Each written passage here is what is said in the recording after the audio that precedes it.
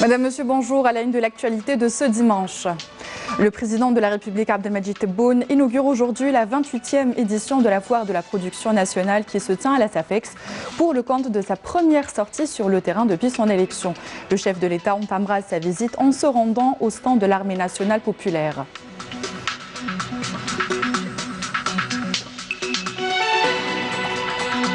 Retour sur l'accident mortel à Tizi Ouzou. Une commission d'expertise s'est rendue aujourd'hui à Tizi Ouzou pour expertiser le lieu de l'accident tragique survenu vendredi soir et qui a coûté la vie à 5 personnes et fait 35 blessés. Également dans ce journal, idée de sortie pour les enfants pendant les vacances d'hiver, des représentations de pièces théâtrales pour le compte de la 7e édition des Journées théâtrales spéciales enfants, un programme riche et des approches pédagogiques.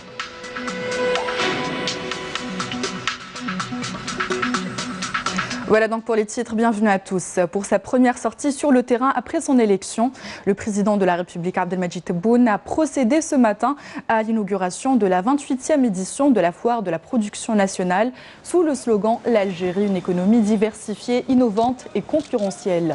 Une inauguration présence médiatique importante dans des échanges avec les opérateurs économiques. Le chef de l'État a mis en exergue la stratégie économique qu'il compte adopter pour remédier aux dysfonctionnements existants sur le marché et étudier les perspectives de l'export. De même, le président de la République donnera les premières instructions aux hommes d'affaires pour la promotion de la production nationale et a insisté de porter le taux d'intégration dans la production nationale à 60%.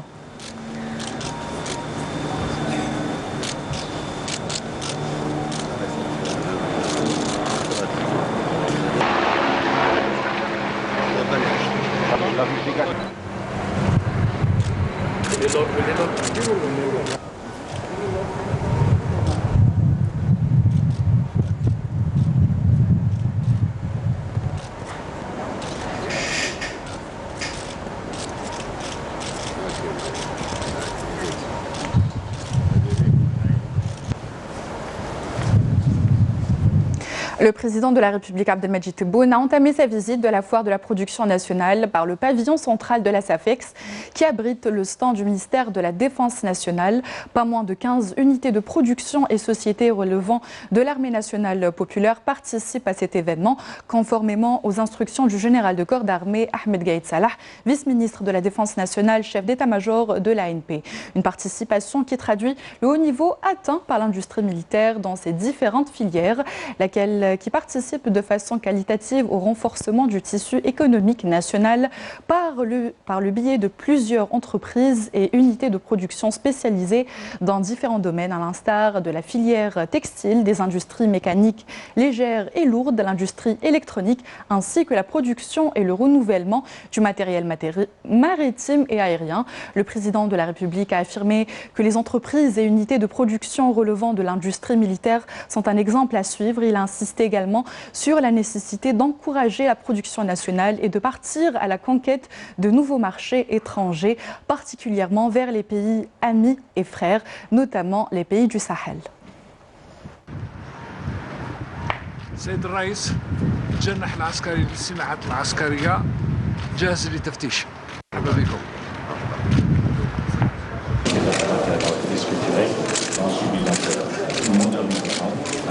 Monsieur le Président, la reprise de ces 7 sociétés sous l'égide du ministère de la Défense, c'était une instruction du haut commandement d'abord pour intégrer tous les besoins de l'armée au niveau national.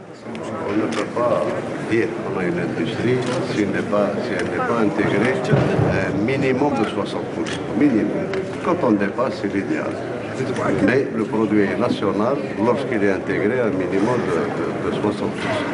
Et nous attendons surtout aussi pour ramener un partenaire à l'ATIT, qui est la société qui fabrique tous ces supports, pour pouvoir se lancer sur le marché international.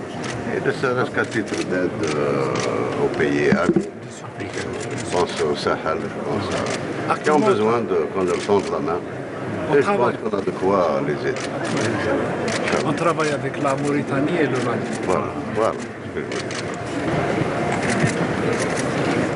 Nous vous parlons dans ce journal d'un fleuron de la fabrication de boulonneries et visseries mécaniques. La société Orsim de Oued El Rio à l'ouest tourne à plein régime, des produits certifiés grâce à l'organisme algérien d'accréditation. La société exporte ses produits vers la Libye et la Tunisie. Bouchra Ali.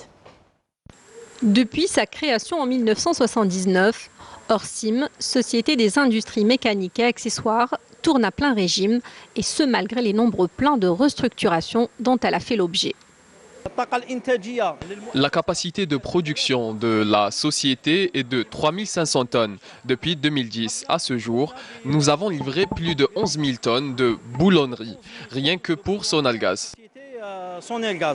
Située à Oued El Rio, dans la wilaya de Rolizane, Orsim est l'une des 38 filiales du groupe mécanique public AGM. Spécialisée dans la boulonnerie et la visserie métallique, elle emploie plus de 350 employés. J'ai été formé en 2012 en informatique et comme je donnais satisfaction au travail, j'ai bénéficié d'un contrat de travail aidé. La société détient plusieurs certificats attestant de la qualité de ses produits et de sa gestion grâce au concours d'Algérac, l'organisme algérien d'accréditation. Le service contrôle est accrédité par Algérac depuis plus de 2 ans. La société fournit des secteurs stratégiques tels que l'énergie, l'agriculture et le secteur ferroviaire. Elle est parvenue à pénétrer les marchés tunisiens et libyens après avoir couvert les besoins du marché national. Et comme l'avenir de l'économie passe par le numérique, Algéria 2.0 est devenu au fil des années un rendez-vous pour les professionnels et pour les start-upers. Les experts sont présents pour partager leur expérience, les pouvoirs publics également pour accompagner ce passage des entreprises algériennes vers le numérique. Walid Yousfi était à cette 8e édition. Reportage. Alors WeTeach, c'est une plateforme de mise en relation entre étudiants et enseignants. Les étudiants, c'est plus un statut de WeTeacher qu'on va leur donner. Du coup, ces étudiants même peuvent donner des cours à des élèves en lycée ou en université. Ça dépend le problème ou les difficultés qu'ils vont rencontrer. L'équipe de WeTeach est l'une des nombreuses startups qui ont participé à cette 8e édition du Salon des technologies de l'information et de la communication, Algéria 2.0. Rendez-vous incontournable. Ce salon est devenu un carrefour des TIC et du web, non seulement en Algérie, mais aussi en Afrique. Algéria 2.0, dans sa 8e édition, nous abordons tout ce qui est problématique, solutions technologiques pour les entreprises, mais aussi vulgariser l'utilisation des nouvelles technologies pour les jeunes étudiants, les porteurs de projets, les startups. L'événement Algéria 2.0, c'est un événement très important. Il devient un des piliers de l'écosystème algérien. L'écosystème des technologies, de l'innovation et des startups. Et il nous aide avec la qualité des intervenants, des experts et aussi la base Diallo. Déjà, c'est la 8e édition, donc il nous aide à concrétiser la politique et la stratégie du gouvernement dans ce domaine. Pour assurer la phase de transition numérique, le gouvernement a pris un certain nombre de dispositions. Il y a un décret présidentiel qui vient d'être publié donc, sur le journal officiel portant création de l'Agence nationale de développement du numérique. L'Algérie est en pleine transition, phase de transition numérique et ce genre d'événement donc, vient pour compléter. Il y a un réseau, donc aujourd'hui il y a un réseau qui est en train de se créer et rallier un réseau des incubateurs et accélérateurs privés et publics algériens. Il y a 2 associations qui sont en train aussi d'être créées. Concernant les startups. Le secteur du numérique est l'un des principaux leviers du développement économique et social. Beaucoup de jeunes étudiants et start-upers s'y intéressent. Des groupes de travail et des ateliers techniques d'assistance sont organisés pour les accompagner dans la réalisation de leurs projets. Retour à présent sur le drame routier qui a frappé la wilaya de Tizi Ouzou. Des experts de l'Agence nationale des autoroutes sont aujourd'hui à Tizi Ouzou pour expertiser le lieu de l'accident tragique survenu vendredi soir à Oued Fali et qui a coûté la vie à 5 personnes et fait au moins 35 blessés. La commission d'expertise devra vérifier si le tronçon routier en question souffre d'un problème de conception ou il s'agissait d'un cas d'imprudence. Kalim Haïfa. Un virage meurtrier qui fauche la vie à 5 personnes. Les experts de l'Agence nationale des autoroutes sont aujourd'hui sur les lieux de l'accident pour vérifier si le tronçon routier en question souffrirait d'un problème de conception ou s'il s'agissait d'un cas d'imprudence. Il faut dire qu'au niveau de ce même virage, un bus transportant des supporters du MC Oran avait dérapé en avril dernier, faisant 1 mort et 11 blessés. Au terme d'une enquête exhaustive qu'ils comptent entreprendre, les experts de l'ANA définiront justement les mesures à prendre au cas où la conception du virage est mise en cause. Hier, le Premier ministre par intérim, Sabri Bougadoum, a présenté ses sincères condoléances aux familles des victimes en son nom et au nom de tout le gouvernement. Le Premier ministre par intérim qui a affirmé que les autorités avaient été réquisitionnées et tous les moyens nécessaires mobilisés pour la prise en charge des victimes de l'accident de bus. Bougadoum avait chargé à cet effet le ministre de la Santé de se rendre sur les lieux pour veiller à la prise de toutes les mesures nécessaires en faveur des blessés et être aux côtés des familles des victimes. Je me suis déplacé aujourd'hui dans la wilaya de Tizi Ouzou pour présenter mes condoléances et soutenir les proches des victimes de l'accident de la circulation. À mon nom et au nom du président de la République et du Premier ministre, nous sommes également ici pour nous enquérir de l'état des blessés, mais aussi prendre les mesures nécessaires pour la prise en charge des victimes. On leur souhaite un prompt rétablissement. Pour rappel, 5 personnes ont perdu la vie et 35 autres ont été blessées dans l'accident à la suite de... Les blessés ont tous quitté l'hôpital après avoir reçu les soins nécessaires, à l'exception d'une femme dont le pronostic vital est toujours engagé. Direction à la capitale du Mzab. Depuis 2015, la wilaya de Ghardaya s'est engagée dans un programme de construction de routes. Aujourd'hui, entièrement fini ou presque, des routes agréables à emprunter. Naïm Ashkchek s'est rendu sur ces routes sahariennes et nous en parle. Un proverbe africain bien de chez nous dit « Il faut choisir la bonne route, quelle que soit la distance ».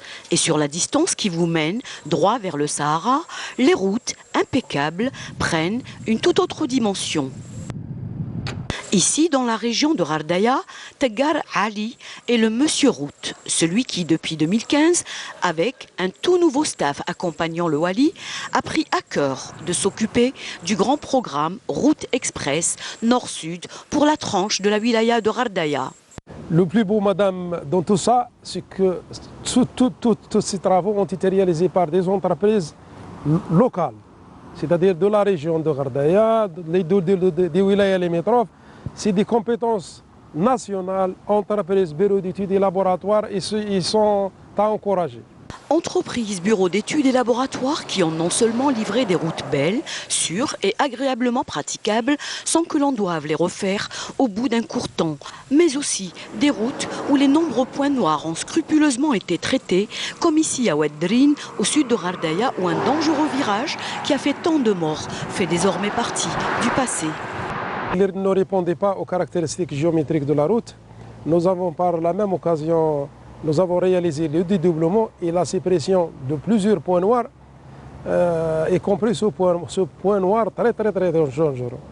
D'après les dernières statistiques de la gendarmerie nationale, il y a presque 0 accident durant les 2 dernières années. Notre caméra s'est en effet baladée sur ces routes remises à neuf sans qu'aucune mésaventure routière n'ait été relevée.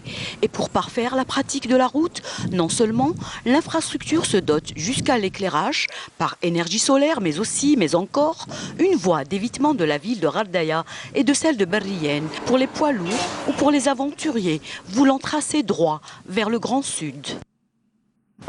C'est l'évitement de Berrienne sur 2 fois 10 km. Il a été achevé et inauguré en 2017. Il contourne toute la ville de Berrienne, du nord vers le sud. Il comporte la partie route et plusieurs ouvrages d'art, notamment exigés par l'environnement qui c'est un environnement montagneux. Donc il s'agit toujours de montagne et d'oued. Donc nous étions obligés de réaliser beaucoup de terrassement, de travaux de terrassement, notamment l'utilisation de l'explosif. Nous avons atteint une quantité de 100 tonnes d'explosifs et nous avons achevé les travaux avec les engins mécaniques.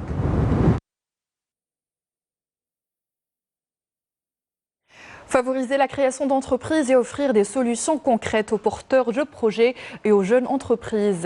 Voilà le rôle et les missions des pépinières d'entreprises où 90 étudiants de l'université Tahri Mohamed de la wilaya de Béchar ont bénéficié du programme comme Company Programme qui consiste à créer des entreprises productrices issues d'idées de jeunes porteurs de projets.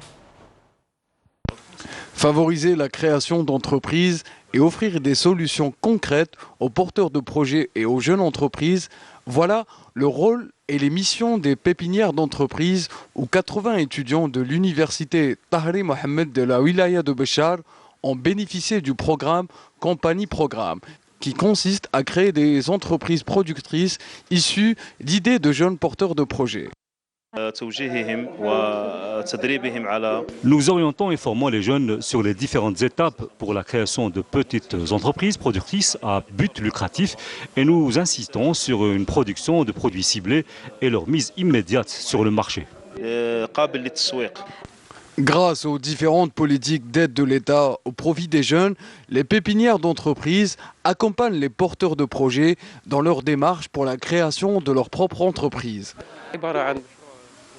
Notre travail consiste à finaliser notre projet, comme par exemple la mise en place de notre prototype pour un appareil, mais aussi nous avons une plateforme pour une phase expérimentale de cet appareil afin d'aboutir à la création à terme de notre entreprise.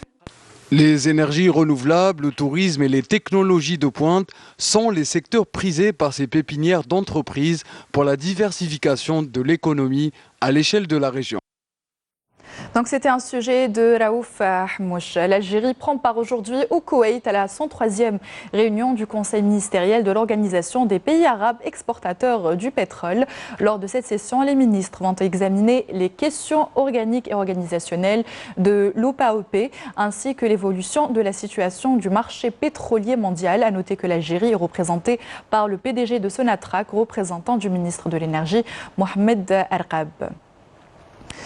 Dans le cadre de la lutte antiterroriste, un détachement de l'armée nationale populaire a découvert et détruit hier 3 bombes de confection artisanale à l'issue d'une opération de fouille et de ratissage dans la commune de Amoura, wilaya de Djelfa. Dans le cadre de la lutte contre la criminalité organisée et suite à une embuscade dans la zone de Ergedmer à Djanet, un détachement de l'ANP a appréhendé 2 individus et abattu un autre qui était à bord d'un véhicule tout-terrain, et ce après avoir refusé de coopérer et tenter de prendre la fuite. L'opération a permis de saisir 5 sacs de mélange d'or brut et de pierre. Par ailleurs, des éléments de la gendarmerie nationale ont intercepté à Msila 3 individus en leur possession de fusils de chasse et un fusil à pompe, alors qu'ils ont arrêté à Biskra un individu en sa possession 1292 unités de tabac. De même, 16 immigrants clandestins de différentes nationalités ont été appréhendés à Djanet. Poursuite à Tifaliti des travaux du 15e congrès du Front Polisario qui se tient sous le slogan « Combat, résistance et sacrifice » pour parachever la souveraineté de l'État sahraoui dans les territoires sahraouis libérés. Pour rappel, la position de l'Algérie a été largement saluée par les participants. Yannis Saïd Belkacem. Lors de la tenue du 15e congrès du Front Polisario, le porte-parole s'est exprimé sur la position de la France et l'Espagne, principale entrave au processus de paix vis-à-vis du conflit au Sahara occidental. J'insiste sur le fait que la France et l'Espagne doivent s'impliquer pour l'autodétermination du Sahara occidental, qu'elles s'interdisent de rester sur cette position, d'autant plus qu'elles font partie du problème. Ce qui est demandé à la France et à l'Espagne, de par leur position et leur responsabilité internationale, et d'aider le Maroc à aller vers la décolonisation des territoires sahraouis pour la stabilité de la région et qu'il s'implique dans la paix et la sécurité dans la région. مسؤولياتهم الدولية هو حتى انطلاقا من حرصهم على الاستقرار في المنطقة هو مساعدة المغرب على الخروج من ورطة استعمار الصحراء الغربية. Le porte-parole a aussi rappelé l'importance de la participation de l'Algérie. أهمية مشاركة الجزائر بهذا الحجم وموريتانيا بهذا الحجم La participation de l'Algérie et de la Mauritanie est importante pour la garantie du droit juste et inaliénable du peuple sahraoui à son autodétermination. Les travaux de cette 15e édition du congrès du Polisario se poursuivent toujours. La position du Polisario reste dans le même ordre, à savoir l'obligation du Maroc de respecter ses obligations envers la charte de l'Union africaine et de se retirer sans restriction aux conditions de la partie qu'elle occupe dans le pays. Place au portrait de cette édition, Dr Ali Sfihi, médecin cardiologue, vice-président de l'association algérienne de médecins d'expédition, créée depuis 5 ans. Les membres de cette association ont effectué plusieurs missions humanitaires en Algérie, des missions durant lesquelles des formations, des consultations et actes chirurgicaux ont été dispensés. Hasna Zoubiri nous dresse le portrait de ce médecin hors pair. Le gradient n'est pas très élevé. Aider son prochain est l'objectif que s'est fixé ce médecin algérien résidant en France. Dr Ali Sfihi fait ainsi partie de l'association des médecins d'expédition. Cette association a eu plusieurs missions. Les premières missions qu'on a fait avec cette association, c'était vers le Sahara occidental, le Front Polisario, où on a fait plusieurs missions. On a fait des missions en Algérie, on a fait des missions à Tindouf, on a fait des missions à Ouergla, à Tougourt, à Adrar, on a fait des missions du côté de Akbou, et tout ça sous l'égide de l'association. Depuis la création de cette association, Dr Sfihi est venu plusieurs fois en Algérie, notamment dans le sud du pays. Il nous en parle. On s'est réunis entre nous médecins, responsables et collaborateurs. On s'est dit pourquoi pas donner un coup de main à nos compatriotes. Et c'est là qu'on a vu qu'il y avait des déficits, pas dans les grandes villes, mais plutôt à l'intérieur du pays. Et c'est là qu'on s'est tourné vers cette formation et cette aide médicale au niveau des endroits un peu déshérités par la médecine. Et là, on a beaucoup fait pour eux. Dans son cabinet situé dans la région parisienne, Dr Sfihi consulte des dizaines de patients quotidiennement. Ce qui est de ma prise en charge personnelle des malades qui sont indigents et qui n'ont pas de moyens, eh ben, je le fais sans être dans l'association. Moi, j'ai un certain âge, j'ai une certaine expérience de la médecine, j'ai travaillé chez moi en Algérie, je travaille ici, j'ai toujours fait des choses, plein de choses gratuitement. Déjà, quand on va en Algérie, on reçoit 0 centime. On prend en charge des malades gratuitement, on y va bénévolement, on les soit soigné, on continue les soins, on donne des avis gratuitement, sans aucun problème. Dans le cadre des activités de l'Association algérienne des médecins d'expédition, de nombreuses consultations et actes chirurgicaux ont été accomplis en Algérie. Aussi, plusieurs formations ont été dispensées, notamment par Dr Sfihi, au profit de médecins algériens. Retour chez nous pour parler 6e art des représentations de pièces théâtrales à Hussein Dey pour le compte de la 7e édition des Journées théâtrales spéciales enfants, un programme riche et des approches pédagogiques qui ont motivé les plus petits à sortir de leur lit ce week-end. Siham Knouch. 07 0 7 70 70 19 19 20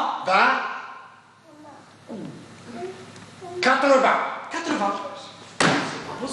Les enfants sont en vacances.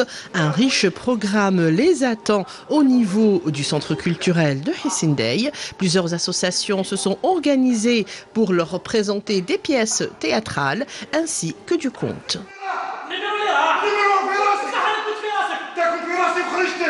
Le théâtre et le conte, enfin concernant l'enfant, il n'y a pas grande différence. Moi, comme j'anime des ateliers de conte avec les enfants dans plusieurs écoles et à travers aussi des festivals de théâtre, donc on garde toujours un côté pour les enfants et leur faire cet atelier, leur faire suivre cet atelier. C'est dans, je dirais que dans l'un ou l'autre, il n'y a pas une grande différence. L'association Les Fidèles du Théâtre de Baraki est l'initiatrice de cet événement. Elle reçoit 2 autres coopératives. L'une vient de Batna, l'autre de Sétif. هذا الإنتاج Notre pièce avec laquelle on participe aujourd'hui, Heure Zéro, c'est une production de notre coopérative, El Anis, qui a beaucoup travaillé sur le plan national et international. Des pièces théâtrales en bonne et due forme, pas de clown, pas de musique, pas de danse, mais de véritables textes seront présentés jusqu'au 24 de ce mois, en attendant les familles et les enfants. Un mot de sport avant de se quitter. La 15e et dernière journée de la phase allée n'a pas souri au CR Belouizdad, qui avait besoin d'une victoire pour fêter son titre honorifique de champion d'automne. Mokhtar Hamani. Un semi-échec à domicile pour le CR Belouizdad face au Mouloudia d'Oran, une autre occasion de rater pour fêter le titre de champion d'automne. Les protégés de Abdelkader Amrani, qui avaient pourtant dominé la partie en ouvrant le score dès la 3e minute de jeu, se sont fait rattraper dans les 5 dernières minutes par une équipe oranaise bien décidée à s'accrocher au peloton de tête. Le CR Belouizdad doit attendre le match retard du Mouloudia d'Alger, qui n'est qu'à 2 longueurs après avoir réalisé l'exploit de s'imposer chez le CS Constantine 3-2 dans un match à rebondissement. Les Mouloudéens pourraient coiffer sur le fil du CR Belouizdad et terminer la première phase champion d'hiver. L'autre bonne opération de la journée est à mettre à l'actif de l'USM Belabès, victorieuse à domicile, 1-0 face à l'USM Alger. Un succès qui lui permet de rester collé au dur de tête, car juste derrière, la JS Kabylie n'a pas raté l'occasion de dompter le NC Magra, une équipe mal en point. 3-0 pour sceller le sort d'une partie déséquilibrée. Celui qui a repris son envol lors de cette 15e journée est l'Aigle Noir de Sétif, qui recevait pourtant la coriace formation de la JS Saoura, qui n'a pas pu bien négocier son déplacement, s'inclinant par 2-0. La phase retour s'annonce palpitante au vu des résultats enregistrés jusque-là. Fin de ce journal, merci à vous d'y avoir prêté attention et de nous être fidèles. Tout de suite, vous avez rendez-vous avec le bulletin météo avec Friel Chekhi.